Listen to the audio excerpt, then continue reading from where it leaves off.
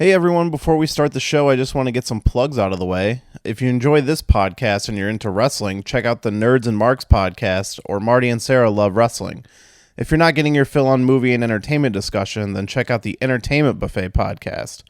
If you want to dive into the world of video games, I highly recommend the Darkcast by my friends over at darkstation.com. Listen to them cover important topics and interview men and women from all over the industry. Thanks for listening and enjoy the show.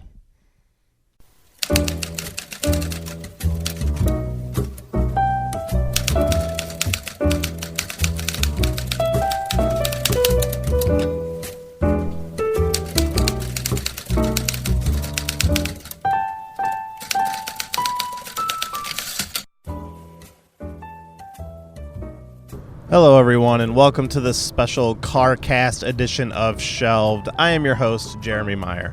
Now, I know I've been gone a while, and this episode is actually going to be dropping the same time as our new update episode, so be sure to listen to that to see what's going on with the show, when it's coming back, and just kind of the plans for the future.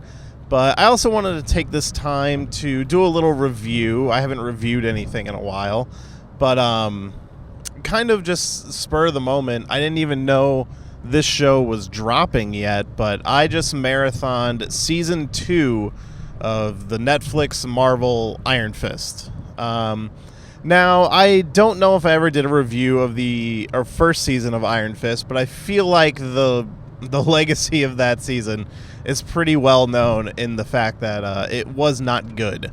Now, I didn't hate it as much as most people. I enjoyed the story.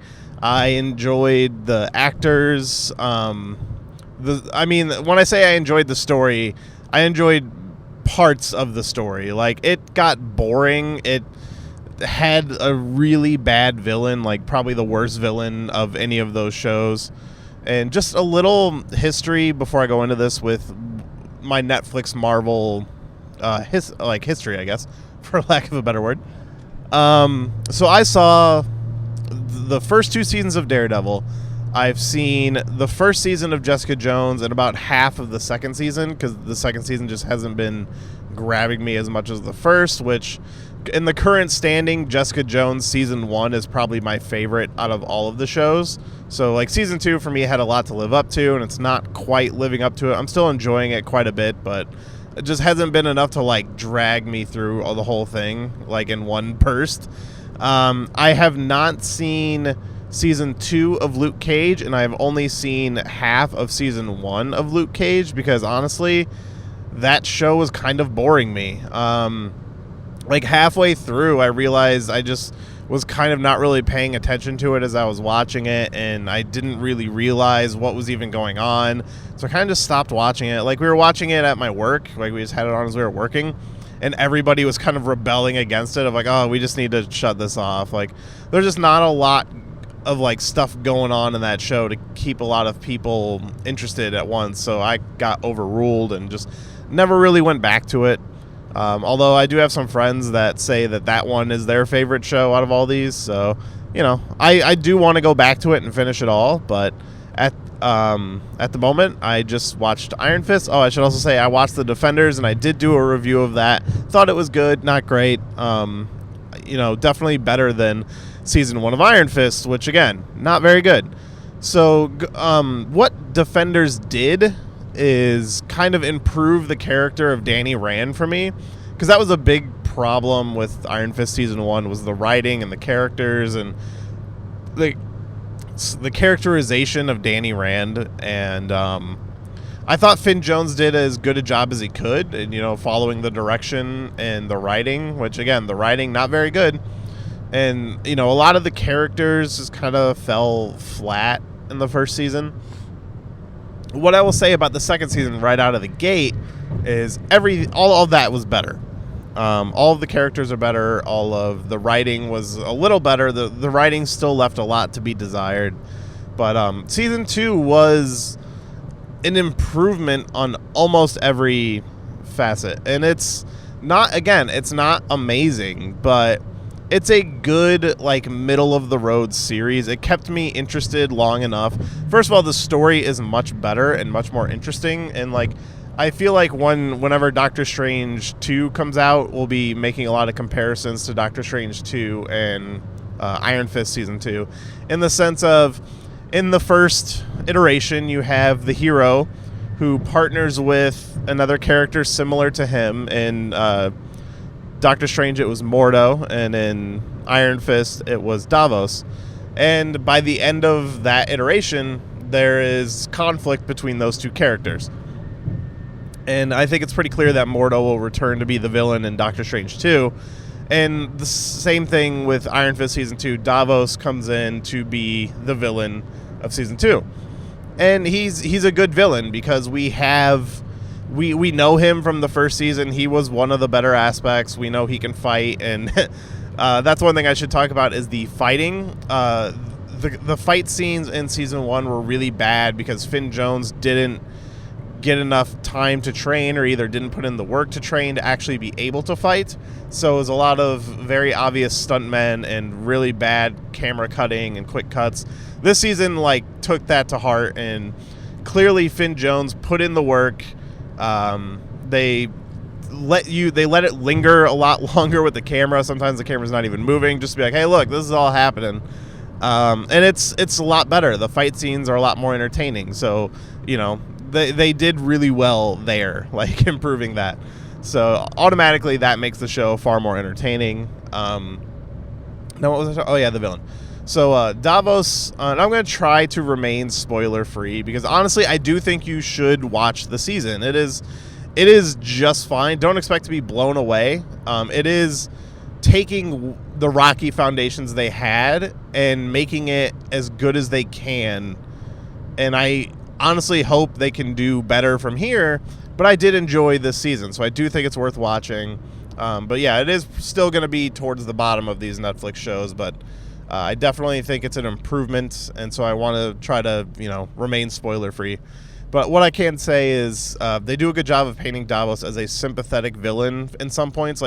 Not sympathetic in the sense that, what he's doing makes sense, because he's clearly a crazy person, but you can see why he's doing what he's doing, and it makes sense. He is this scarred man from childhood, and how he was raised to be, the one chosen one, and then all of a sudden this outsider comes in and robs him of his birthright. And it makes sense. And one thing about this series is the theme of all of the characters is finding your own path in life. And honestly, I think that's handled really well with Danny. There was a couple of moments in the first few episodes where I was like, oh man, they are really fucking up the writing of this character, because he is just kind of this spoiled rich kid. And there's a couple lines where it's just he feels entitled. And they're trying to do this whole aspect of him, the whole thread of the season is, he's, ever since Defenders, when Matt Murdock told him to protect his city, he's been going overboard. He goes out every night and he's using the fist every night, kind of like he's addicted to it. And honestly, the show doesn't do a good job of showing you that. They just tell you that. It's a lot of dialogue of, I'm going out every night and blah, blah, blah. But one of my biggest complaints about this show is I think there were a lot more fight scenes in the first season, which is disappointing because those fight scenes were not very good. And then the fight scenes here are good, and I feel like we have less of them. And honestly, he doesn't use the fist that much. And when he does, it's just to punch the ground to send a shockwave and send people off. 90% of the Iron Fist usage, I don't want to say that because that's a little bit of a spoiler, but 90% of the Iron Fist usage is just him punching the ground and knocking people back. Granted, if he was just using it on regular people, it would probably be killing them, so maybe that's why, but I feel like he could probably control that and not kill people. So it's one of those things where it's the show is called Iron Fist. He refers to himself as the Iron Fist, but you don't get a lot of iron fisting, so to speak, and wink wink. So yeah, that's kind of the biggest complaint I have. Some characters are still not that interesting. What was his name? It's on the tip of my tongue. The brother character from the first, Ward. That's it. Ward Meacham. He's still kind of, he's better. As I said, everybody is better, but he's still kind of one of the weak link characters. The sister Joy is actually much more interesting. She kind of plays an antagonist role in the series after what happened in the first season, and like there's a lot of everybody is just selfish in this season, and there's actually moments where characters call each other out on it, which is nice because that was a big thing with the first season. It's like, oh, this is just all these fucking rich kids dealing with rich problems, and none of it felt important aside from Danny Rand wanting to fight the Hand and I am the immortal Iron Fist, which he said like a million times. And this season does a good job of explaining what does it mean to be the immortal Iron Fist to Danny. And like that, it's like aspects like that where the writing is better, but then other aspects where everybody's still just a spoiled rich kid, where it's still not that great. It's kind of half and half when it comes to the writing. Like as I said, it's way better than the first season because it would be pretty hard to be as bad as that first season was.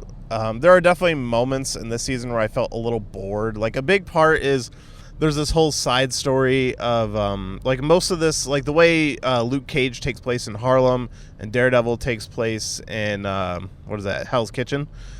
This takes place mostly in Chinatown, and that's kind of their territory. And I like the idea of all of these characters kind of having their own little section of New York to defend. And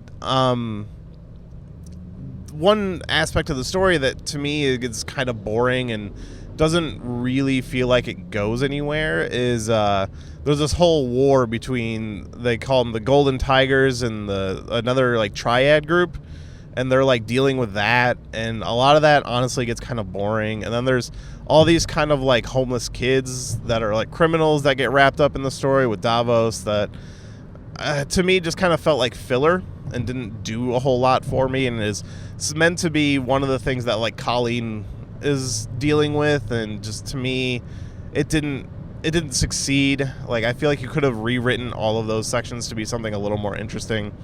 Like at first it starts off interesting with like, the war between these triads, that's like the main thing, but then when Davos gets involved, it's all that stuff kind of takes a back seat and it doesn't really matter anymore. One thing I do really enjoy is the inclusion of Alice Eve, who you may know from She's Out of My League, or that Star Trek Into Darkness. She was the blonde doctor lady who has the gratuitous underwear shot. She is I think she is just a lovely person. Like you see interviews with her and she just seems like a really sweet, lovely person, and a lot of fun. And she gets introduced in the show as the character from the comics called Typhoid Mary, who is somebody who has split personalities. And she is fucking acting her ass off in this show, and she is showing some range that I've never seen her show before in anything. I haven't seen her in like a ton of stuff. Like I know she does a lot more than what I've seen, but everything I've seen her in I really like, and this was no different. She is really great. She was a great addition to the cast, and I feel like her character will stick around for season 3, so that'll be fun to see where that goes. And she's kind of antagonistic, kind of like walking the line between good guy and bad guy, more of like a mercenary type, but she has an interesting story going on, and they definitely set up some things that you may recognize from the comics that they don't fully get into in this season. So I do feel like she will come back for season 3 and maybe be more of a like sub-boss villain for season 3, because the end of season 2 does set up some bigger things. I'm not really sure what it is. I definitely recognize some stuff from, I've read very few Iron Fist comics, but something in the end of season 2 does seem familiar to me, but I would need to look more into it. But yeah, Alice Eve is a great addition to the cast. She's a great actress, and she does a really good job, and as I said, showing some range. Her performance between the personalities feels so different, and she literally feels like different characters, and one is just very much more intense, and she does a good job of conveying that. So a big thumbs up for me on that. And I'm trying to think if there's anything more I have to say. I don't really want to go into spoiler because, again, you should watch it. And honestly, is like when it comes to spoilers, I don't think there's a lot like I really have to talk about. So honestly, Iron Fist season 2 kind of a thumbs up from me. Again, it's not amazing. It's not going to blow you away. It's still probably not as good as even Luke Cage, which was the one that I kind of cared about the least. But it was entertaining. The fight scenes were a lot better. I just hope they get in some better writing in season 3 because that stuff still needs a lot of work. But I think you should check it out. And that's kind of... It's only 10 episodes, which I think greatly helps that show. Because I love, like, give me as many episodes of Daredevil or Jessica Jones as you can give me. But honestly, the 10-episode model is probably the best for all of these shows. I mean, Defenders was only 8, and that worked for that show. But 10 for Iron Fist was the perfect amount. Like, 13 for that show. Like, the first season, it dragged so much. But when you can get less episodes and just tighten it up a little bit, I definitely think it helped with Iron Fist. So that is a good thing for that show.